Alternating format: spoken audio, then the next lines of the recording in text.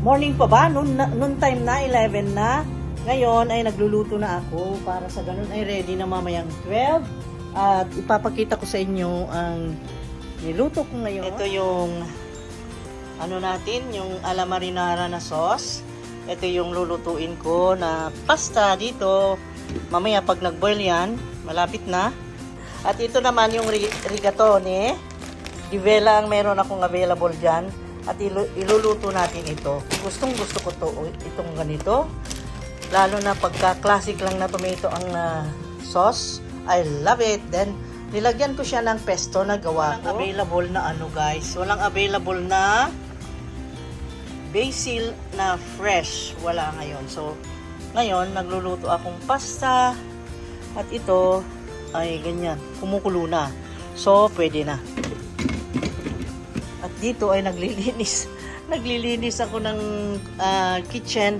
Tingnan nyo naman ang mga gamit ko sa pagluluto, guys. So, yun ay niluto ko rin ito ng alla Fiorentina. Pollo alla Fiorentina, meaning in English, chicken alla Florence. Paano ba in English yan? Ayan. Ganon. So, at nanonood ako guys. Favorite ko si Katy Perry. Kaya nanonood ako nitong ito nakakatuwa kasi siya. Kundi vice ganda Katy Perry. Siya ang nag-judge niyan. Nakakatuwa siyang mag-judge dahil kung ano-ano ang ginagawa. Pilya siya. Bakit natigil? Ganyan ako pagtanghali. Katatapos ko lang magtrabaho kanina, trabaho natin online. And then, pag oras ng luto, ay magluluto. And then, mamaya uli, magtrabaho na naman. Oh my God. Habang nagbabantay lang ng nag-work dito sa bahay, guys, patuloy pa rin ang trabaho sa taas. Let's go. Let's see.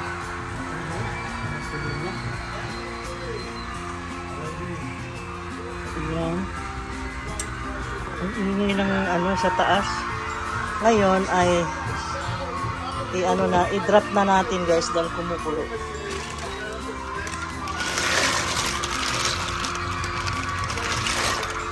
Ayan, and then let's wait for 10 minutes lang. 10 minutes ito. Dapat hindi lumagpas ng 10 minutes para sa ganun al dente. Alam niyo yung al dente? Maligat, hindi siya ma-overcook na yung masyadong malambot. Ayaw natin nun, no? Ang ingay ni Katy Perry. Tingnan nyo. Natatawa ako kasi wala akong lagayan na ganito, guys. Ang ginawa ko, pinutol ko yung ang Coke na 2 liters kasi marami kaming ganun, yung plastic. Ayan, pinutol ko. Tapos, ang ginawa ko para di matumba, nilagyan ko ng sterilize yung mga bato na yan, sterilize, natural stone yan na nilagay ko sa ilalim para ma-weigh down siya para hindi siya matumba. Ngayon nilagay kong ganyan kasi wala akong lagayan guys, kasi tingnan mo naman dito. Natatawa ako sa itsura dito. Yan, nagkalat yan kasi nilinis nga ito. Ayan, kaya ito ang mga talagang ginagamit ko. Ayan, pero okay naman, di ba? Okay naman siya. Ang ganda. What a surprise. Ayan, DIY kitchen tour. Ayan. Look at this. Dinaluto na. Kakain na. Ganyan lang naman. Sauce na classic. Pagkaluto, magaling siya dito. Ay, inilipat ko siya dito. Tapos, budburan natin ng parmesan cheese. At dito naman ay merong tumutunog. At ito yung ating pollo alla Fiorentina or Florentine chicken.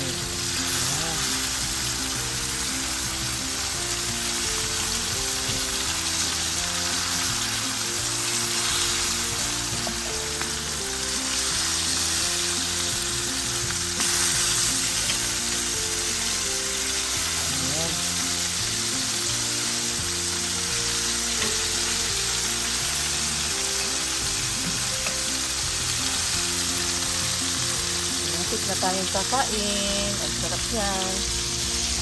Ito na, kain na tayo. Patayin ko na ito. Let's eat na. Nag-akyat na sila ng mga kabilya. Ang oras na, 3 o'clock.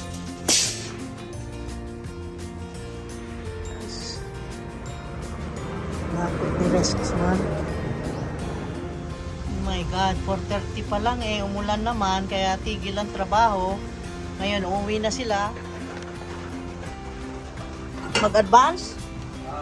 Magkano? Hi guys! Ito ipapakita ko yung natapos nila kasi it's been a week or 2 weeks na walang update yung nagtatanong sa update ng bahay. Ito na. At ang ganda pa ng ng background natin kasi katatapos lang ng ulan tapos biglang ang sunset. Tingnan mo naman lumabas ang sunset kung sabi ko mag-video. Oh my God! Parang sila dyan na magpapita. I love you God! I love you God! Thank you Lord God. Ayan, nakabayaran na lahat ang ilalim.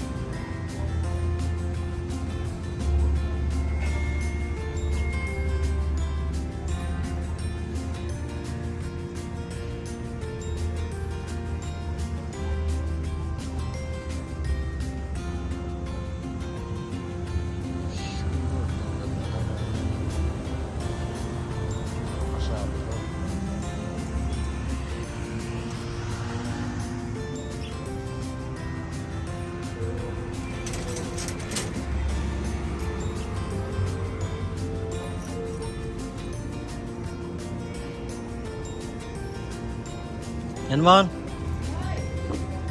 Uy, ang ganda din sa taas. Ganda rito. Saan ka? Hello! Andiyan ka na sa taas. Ah.